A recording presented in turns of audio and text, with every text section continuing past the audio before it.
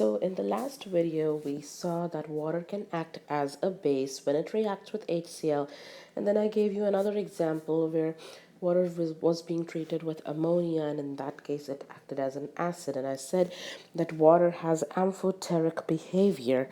It can act both as an acid as well as a base, depending on what you place it with. So if somebody asks you, is water an acid or a base? It's neither. It actually is dependent on what you place it with. So in presence of a base, water is going to behave as an acid. In presence of an acid, water is going to behave like a base. So if you put it with HCl, for example, water is going to be treated like a base. HCl is your acid. Your products, if you can envision, loss of a proton from HCl, gain of a proton with H2O or by H2O.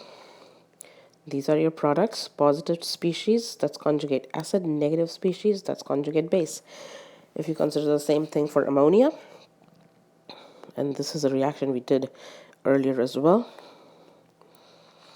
Water is the acid, so that must donate protons. Ammonia is the base. Will give you the conjugate acid, ammonium. The hydroxide is the negative anion, which is your conjugate base. So in that sense, we say that water is amphoteric. It can go this way or that. You can call it mooditarian, has a mood of its own. All right, so even when water is pure, it can act as an acid and a base for itself. And this kind of goes back to one of the problems that I had put in the last video again, when we were trying to look for the conjugate acid, conjugate base of some specific acids. So if you take water with itself, so just basically two molecules of water, one molecule of water is going to act as a proton donor. The other is going to act as a proton acceptor. So one is going to act as an acid. The other will act as a base. Well, if it's a base, that means it's supposed to abstract a proton. If it's an acid, it's supposed to give you OH negative. So let me just color code this so you can see a little bit better. So water, if it behaves as an acid and has donated proton, what do you think is it going to give you? Of course, hydroxide. And where does that proton go? That proton is picked up by the other water molecule in forming H3O+. What does that mean? That means that the OH negative is going to be your new conjugate base. Hydronium ion is going to be your new conjugate acid. This process is also referred to as autoionization of water or autodissociation of water. That means one molecule is going to act as an acid for the other molecule, which is going to act as the proton acceptor or the base. So, what can be said? We can say that 2 moles of water will basically react with each other and give you H3O plus and OH negative. Now realize water itself is in the liquid phase, and the ions, they always are in aqueous phase. Just a rule. It's an ion, needs to be stabilized in solution. So anytime you have a charge, that automatically will be aqueous. The only time you can write it as a solid is if it precipitates out. We'll talk about that later. So if you wanted to write down the equilibrium constant for this, you would say, well, it will be, let's verify, first of all, it's a balanced equation, which it is, and it will be the product of the concentrations of hydronium times hydroxide divided by, since water is liquid, it's not going to count, so 1 square, which is 1. So you have your equilibrium constant, and this particular equilibrium constant has a specific name for it. It's called as Kw. So Kw is equal to concentration of hydronium times concentration of hydroxide. This Kw has a specific name for itself. It's called as the ion product constant for water, or sometimes just dissociation. Dissociation constant. Dissociation constant of water. So if it's a constant, it better have a constant value. And so it does. So Kw has a value of 1 times 10 to the power of negative 14 at 25 degrees Celsius. What does that mean? That means that if you know the value of the hydronium ion concentration, you can determine hydroxide from there. On the other hand, if you knew the hydroxide ion concentration, you can determine the hydronium ion concentration from there. And what happens if hydronium and hydroxide are both equal? We say that we are talking about a neutral solution. So realize that greater hydronium ion than the hydroxide, we call it an acidic solution. Lesser it is, we call it a basic solution. And if both are equal, we call it a neutral solution. So if you have neutral solution, that would mean that hydronium will be equal to hydroxide. And I'm going to plug this equation 2 in equation 1. And you can see that Kw is going to be equal to hydronium times hydronium. Why? Because I just said that hydroxide and hydronium are equal. So one can say 1 times 10 to the power of negative 14 is going to be equal to hydronium square.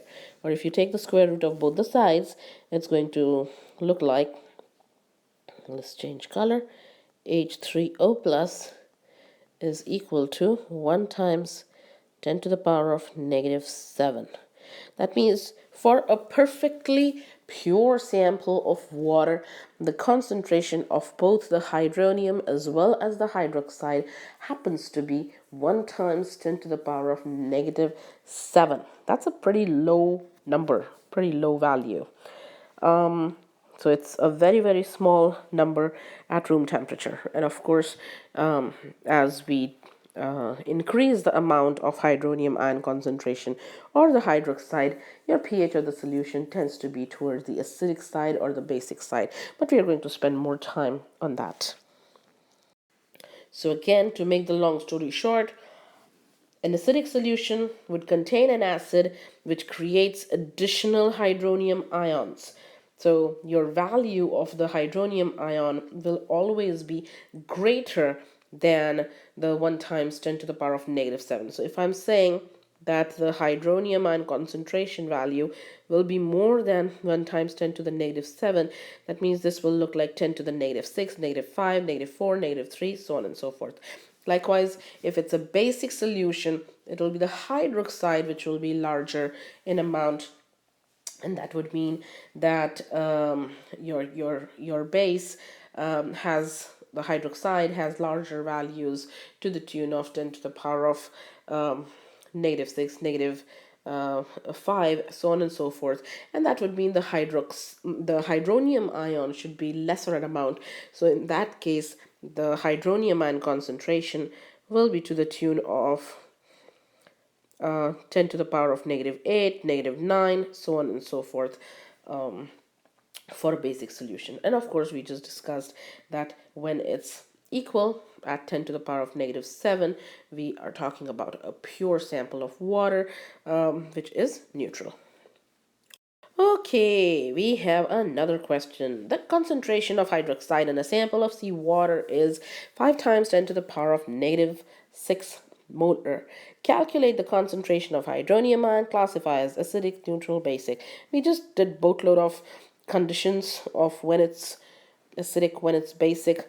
The whole idea here is that you are given hydroxide at 5 times 10 to the power of negative 6 molar. You have to determine hydronium.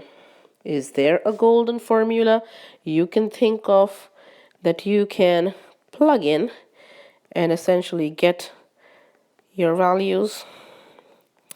Yes, that's your answer should be yes to that question. That's your formula. Hydroxide is 5 times 10 to the negative 6. And so hydronium is going to be dividing both sides of the equation by 5 times 10 to the power of negative 6. So 1 divided by 5 times 10 to the, let's just write the whole thing first. And you can plug that value in. One thing that I would advise is that you should always write down the mathematical operator. I think I said that day one of class as well. You should always write down the mathematical operator as to what is it that you are, multiplying or dividing by, so that you kind of know what's going on, and in case you need to go and check your answer again, you would not be punching in off key answers or numbers. So that's my suggestion. 10 to the power of minus 8, and this will look like 2 times 10 to the power of negative 9 molar. So if your hydronium looks like that is much lesser than hydroxide, because hydroxide is to the tune of 10 to the power of negative 6, hydronium is to the tune of 2 times 10 to the power of negative 9. So which one is it? Yes, it is basic solution. Okay, so this is sort of like a what did I learn moment.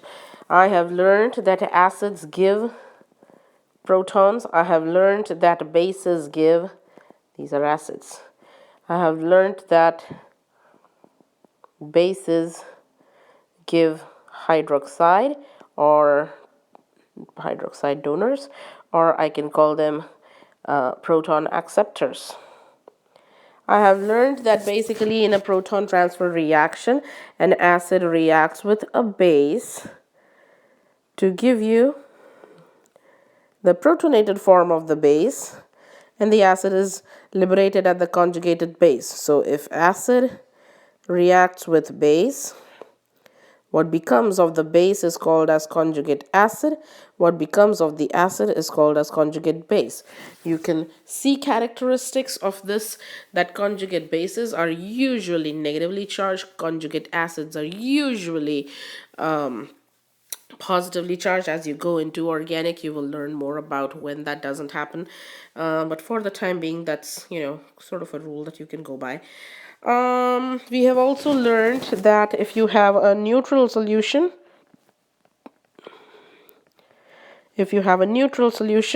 then the amount of hydronium is equal to hydroxide.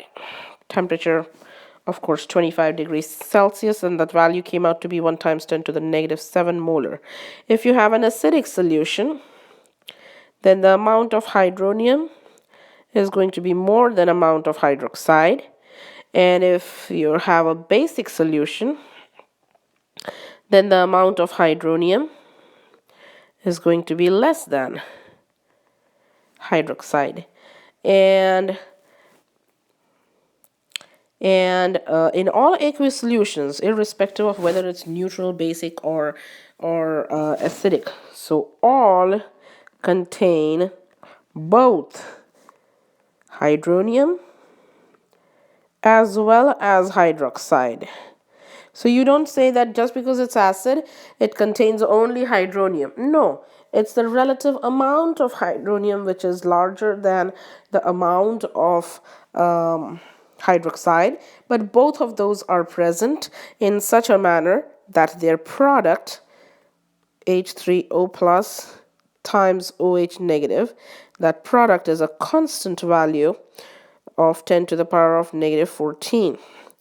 And what that means is that if your hydronium ion is larger, it's an acidic solution, that would automatically mean that the hydroxide is going to be a smaller value. Okay? All right, let's talk about pH then. So what is pH? A pH scale is basically a compact way to specify the acidity of a solution. It's basically derived from the French phrase puissance de hydrogène for power of hydrogen, and that refers to the power of 10 because that's how the exponent is. So when you see the small letter p, and I must have said this in Gen Chem 1 as well, that whenever you have a small letter p in front of anything, that automatically means negative logarithm of that thing. So if in this case we are saying that this is pH, that basically means I'm going to be taking a negative log of the hydronium ion concentration. I mean, technically you can call it H plus if you want to, but really since all solutions are aqueous solutions, we are going to write that as a hydronium ion concentration. So by defining pH, I basically mean I have negative log of hydronium ion. If tomorrow I wanted to say POH, that would mean I'm going to take the negative log of the hydroxide. If I use pKa, that would mean I would take negative log of Ka, so on and so forth. So what does pH mean? It's basically a scale which gives me information about the acidity or the basicity of a certain solution. So lower the pH,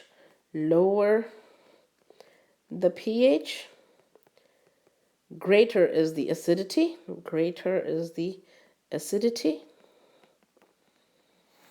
and higher the pH, let's write that in, higher the pH,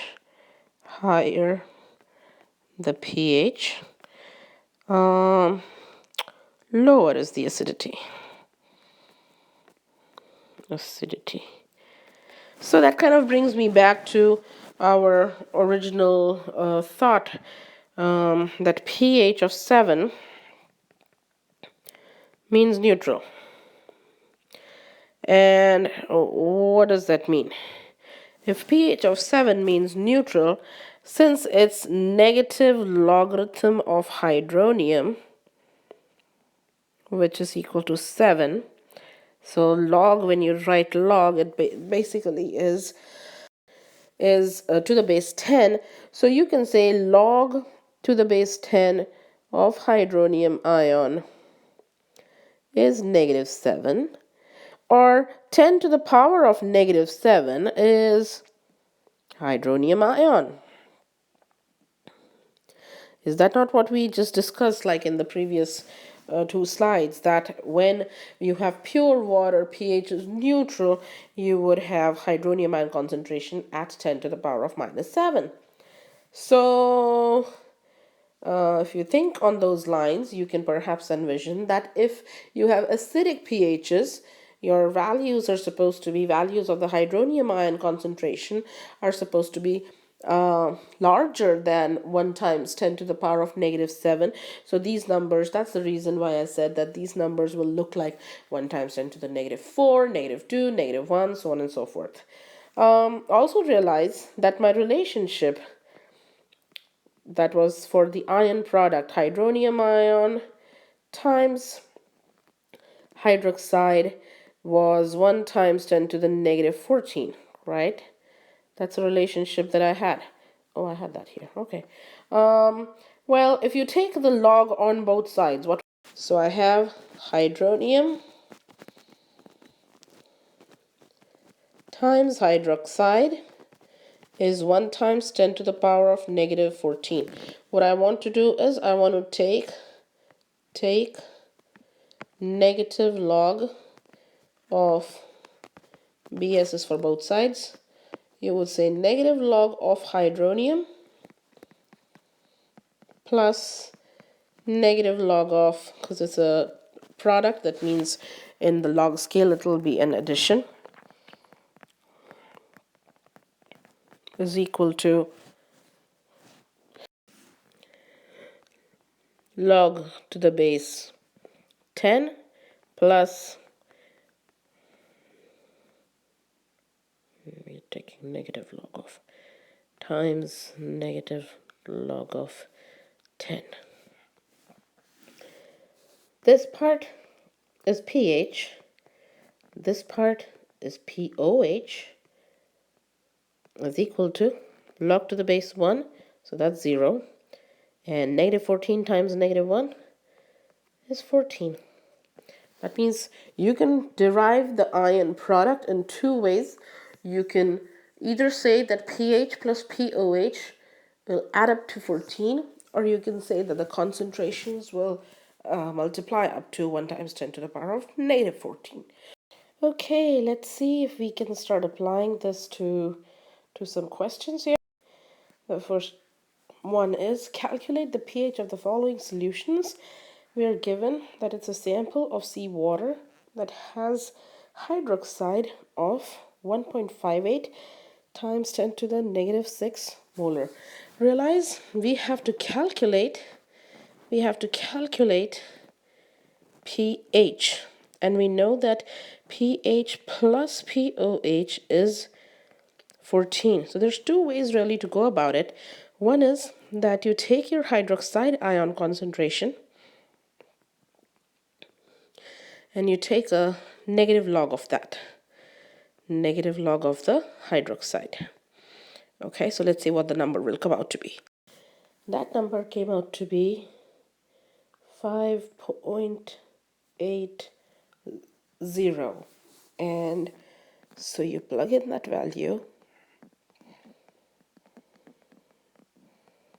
in your equation and pH will come out to be 14 minus 5.81, which is 8.198. Another way to go about it would be that you calculate the value of hydronium ion by saying that 1 times 10 to the negative 14, divide that number by 1.58 times 10 to the negative 6, and just take the negative log of that number. So you can do that as well. This value comes out to be 6.32 times 10 to the power of negative 9.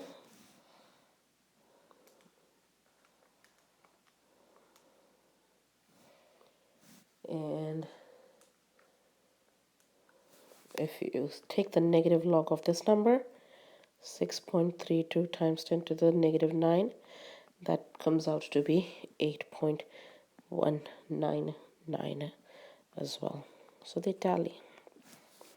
All right, let's take a look at another question. A sample of seawater that has a hydronium ion concentration. So here the hydronium is given directly.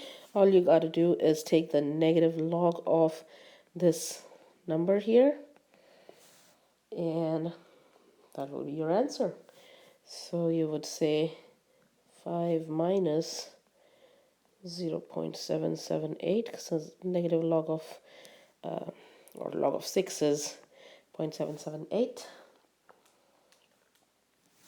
You can punch in the whole thing too. I like to show you the steps, so when you use a scientific calculator, depending on the model, you need to know how to manipulate that data, how to use that data. Your answer should come out to be 4.221. Realize it's a negative logarithmic scale, so really it doesn't mean that you will need units. It's a scale. Okay, now the question is, how do we report these values, and how do we report, the overall answer? Really, notice in both of these cases. So for the first one, for example, the number was 1.58 times 10 to the negative 6. That means I had over here, I had 3 significant digits, and whatever is the number of significant digits, I should report the decimal places up to that on the logarithmic scale. So that means 3 sig figs in my original data should culminate into 3 decimal digits in the log scale. Okay, if the original number had, in this case for example, I have 2 sig figs, I can report this final answer as 4.2 4.22. Okay, so whatever is the number of significant figures in your original data, same should be the number of decimal digits in your final answer. And that's only because the number to the right of the decimal point are significant in a logarithm. So logarithm is a scale which is to the tune of 10. So when you take the log of a quantity, the result should have the same number of decimal places as the number of significant figures in the original quantity. So, for example, 10 to the power of 1 becomes 1, 10 to the power of 2 becomes 2. It really depends on the data that you're given, whether it's 1.0 times 10 to the 1 or 1 times 10 to the 1. That is what is going to decide how you're going to report it. But again, one more time, when you take the log of a quantity, the result should have the same number of decimal places as the number of significant figures in the original quantity. And the reason for that, again, what I was trying earlier, if your number is 1.58 times 10 to the negative 6th, you have 1, 2, 3, total 3 sig figs, and you took the negative log of this number, you will report the answer to number. So the numbers past the decimal points should match the number of significant figures. Sound good? Based on this, hopefully you can see that when pH is less than 7, we are talking about an acidic pH, acidic solution. When pH is more than 7, it's a basic pH, and when pH is equal to 7, we are talking about a neutral solution. All right. Let's go forward. The question is, calculate the concentration of hydronium and hydroxide in each of the following solutions. So in this case, we are given the value of pH. We are supposed to determine the concentration. Just an FYI here, the concentrations are the ones that are always 10 to the power of something. The pHs are always a number, 6.2, 7.4, 5.3, okay? So you're given 7.4, that basically means that you're given that negative log of hydronium ion is 7.40, and so now you solve. 10 to the power of negative 7.40 is equal to hydronium ion. And if the number of decimal places is 2, then that means your overall answer, the concentration, should be written in only 2 significant figures. So that's the rule that we are going to follow. And this number on my calculator is coming out to be 4 times 10 to the power of negative 8 molar, because it's a concentration. And you can check back if you want to. If you take the negative log of this number, the answer should come out to be 7.4. That's one way to check that. Now that you know the hydronium ion concentration, how can you determine hydroxide? That's exactly right. You got it right. 1 times 10 to the negative 14 divided by 4 times 10 to the negative 8, because you know hydronium times hydroxide is equal to 1 times 10 to the power of negative 14. So now you can calculate that. 2.5 times 10 to the negative 7, and that value in molar is what's going to be the OH negative. Now in one of your tests, I believe it's the one that's the written one, you could be given like a grid to fill in, or in your upcoming test you could be given, if the exactly questions like these, that you're given the pH, you have to determine the hydronium ion concentration. You're given the hydronium ion concentration, you have to determine the pH, likes of that. Let's take a look at another one. We have been given a pH value of 2.8, and that would mean that 10 to the power of minus 2.8 is going to be equal to the hydronium ion concentration. So that comes out to be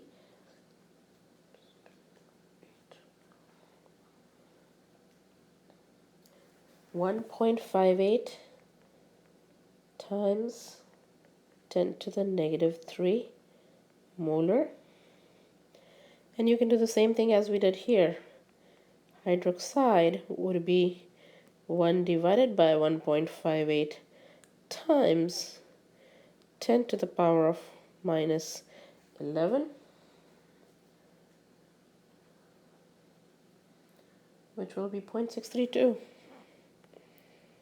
0.632 times 10 to the negative 11, or 6.32 times 10 to the negative 12 molar. Okay, so another way, hopefully you can identify that. If pH is given, you could have determined the pOH directly from there, 14 minus 7.40, and whatever that number is, take the negative log of hydroxide to determine that. And I'll work on one of those. You can work on the other one in your own time if you feel like. But I just want to let you know that both of these ideas, both of these methods are okay to use in a test. They are essentially the same thing. It's just a question of which one do you want to find out first. Do you want to determine the hydroxide ion concentration and then go with the pOH, or vice versa? This value comes out to be 2.51 times 10 to the power of negative 7 molar. Okay, and so those are 3 sig figs, and I got 2 decimal numbers, so that's good. And notice this number is exactly the same as the number that I had obtained earlier, so it does match. You can use either of the 2 methods. All right, let's go forward. The question is, if you have an acidic solution, you would expect hydronium to be less than 1 times 10 to the negative 7, hydroxide to be more than 1 times 10 to the negative 7, hydronium to be more than 1 times 10 to the 7. So just for the sake of argument, let's see what these will be. If hydronium is less than 1 times 10 to the negative 7, that means hydroxide is more. This is a basic solution. So A and B both are basic solutions. And when you have those equal to 1 times 10 to the negative 7, we say that it's a neutral solution. So this is the acidic. All right. Let's talk about indicators. So far, what we have discussed is really the discussion for how the hydronium ion concentration varies, which changes on the logarithm scale. I mean, these days, even a layperson knows what a pH is. They at least know that pH tells you acidity of the solution. And now we are getting into, the more delicate calculations, the more intricate calculations here. But before we get to that, one question that I have is, how do you tell a certain solution is acidic or basic in nature? I mean, if you were given a beaker with some colorless liquid and you are asked, tell me the pH of the solution, you'll be like, huh? How do you go about it? Well, if you're in a lab, you can use an indicator. You can use either an indicator or a pH meter. An indicator is basically an organic compound which gives you an approximate pH of the solution. So if you use something like litmus, that will give you very, very approximately whether it's acidic or basic. On the other hand, if you use a pH paper, you might be able to tell, and in fact a range. If you have a bright red, it's between 0 to 2. If you have kind of like a pink red, it's between 2 to 4. More yellowish peachish is 4 to 6. Very yellow is 6 to 7. Kind of key lime green is 7 to 8. 8 to 10 is getting a teal color. midnight blue is 10 to 12. So you have a range because pH paper has been impregnated with a universal indicator. So you have kind of like a range, a tentative pH. But realize if you have a very sensitive experiment where you need to know the pH, the exact pH, you cannot rely on pH paper for that. Another way to view the pH measurement or figure out the pH measurement is basically looking at indicators such as phenolphthalein. Recall from the titration lab in Gen Chem 1. Yes, I'm talking about the colorless to baby pink. We used phenolphthalein, which by the way is organic compound, and it changes color in a specific pH range. So when the pH is acidic, it's colorless. When the pH is basic, it's a bright red color. So at neutral, at equivalence point, it's going to be a baby pink color. Usually all indicators are abbreviated as HIN, and they exhibit, like I said, like a pH dependent color change. You can consider these to be like weak acids, which will get rid of that proton, and so H indicator will become the conjugate base, and this conjugate base is what will have a color associated with it, which will be different than the indicator in the acid form.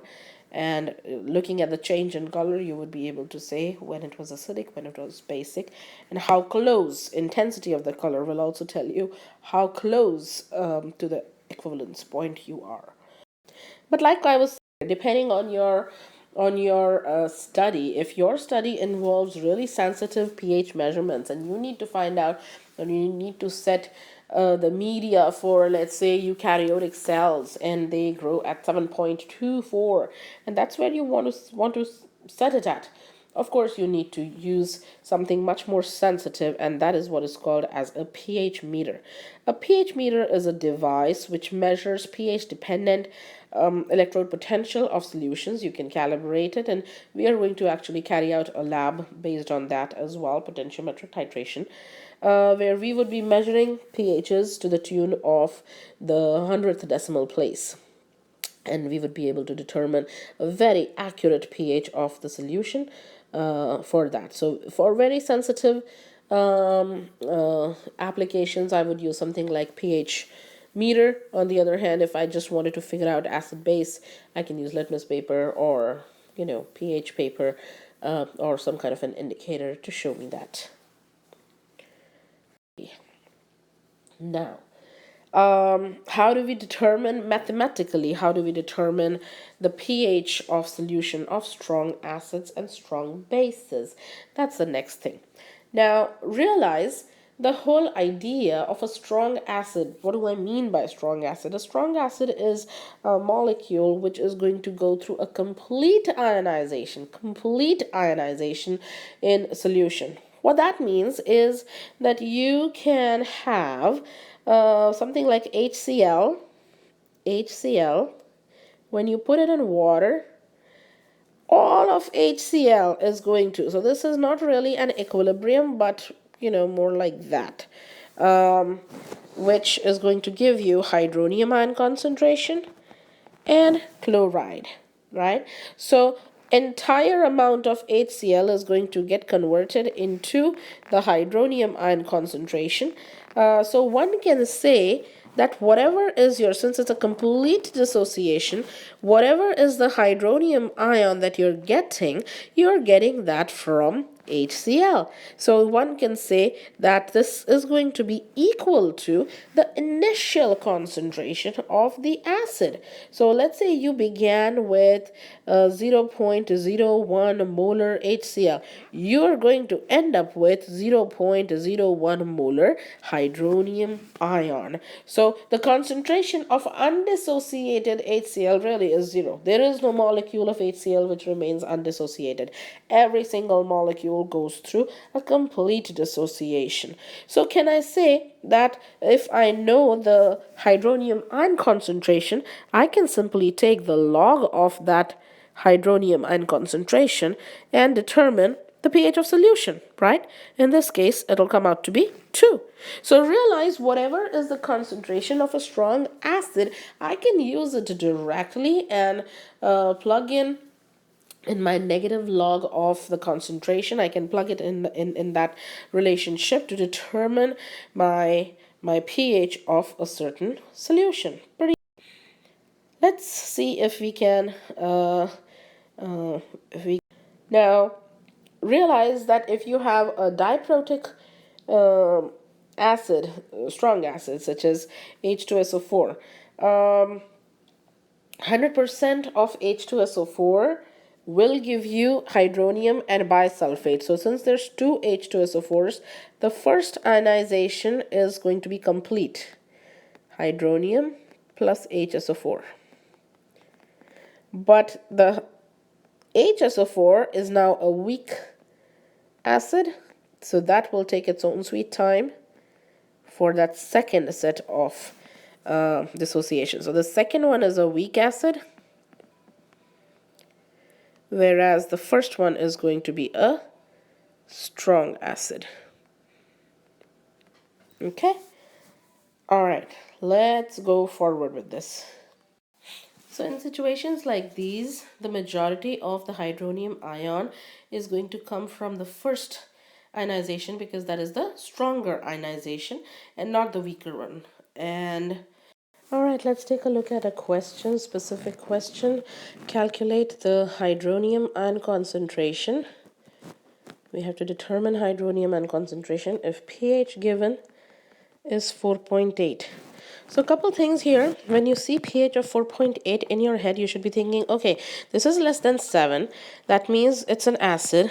That means my answer should be greater than 1 times 10 to the power of negative 7. Just, like a checkpoint for yourself. Let's see if we can work this out.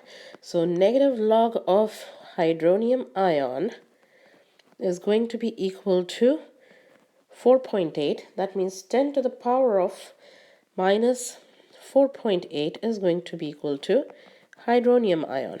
How did I get here? Let's just look at the steps as well.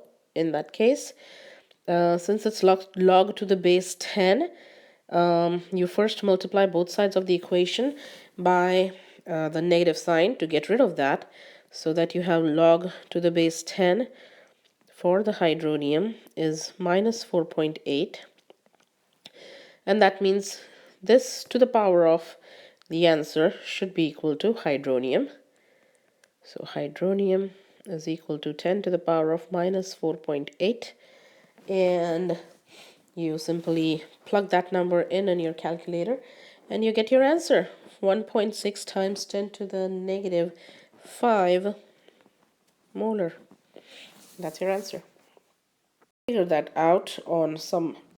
All right, just like your strong acids, strong bases behave much the same way. These are usually alkali metal hydroxides like NaOH, CaOH, all twice, magnesium, barium hydroxide, etc. So these also will be nearly 100% dissociated in solution.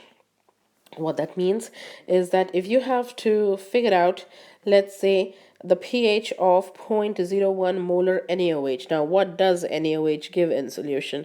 It gives you Na plus and OH negative, and you have to determine pH. You can say whatever is the concentration, that's going to be the concentration of the hydroxide. So you can determine pOH from here as negative log of the 0.01, because that is the concentration, and that is coming out to be 2. So now that you know pOH, and since pH plus pOH adds up to 14, pH will come out to be 14 minus 2, which is 12. Okay, so 12 is your pH. That value is more than 7. That tells you it should be a base. And guess what? Aha, sodium hydroxide is a base. So I'm going to give you another method to show this, which is kind of like the second way of doing that. do that while we are on it. So we are given 0.01 molar NaOH, right? So that means I have the hydroxide ion concentration as 0.01 molar. So I can determine hydronium from there, since 1 times 10 to the negative 14 divided by 1 times 10 to the negative 2, that means 1 times 10 to the negative 12 molar is the hydronium ion concentration, and a pH of that is going to be negative log of 1 times 10 to the negative 12, comes out to be 12. This is what we got in the previous case as well. So we'll report this as 12.0 since we have only one significant figure at the end of the day.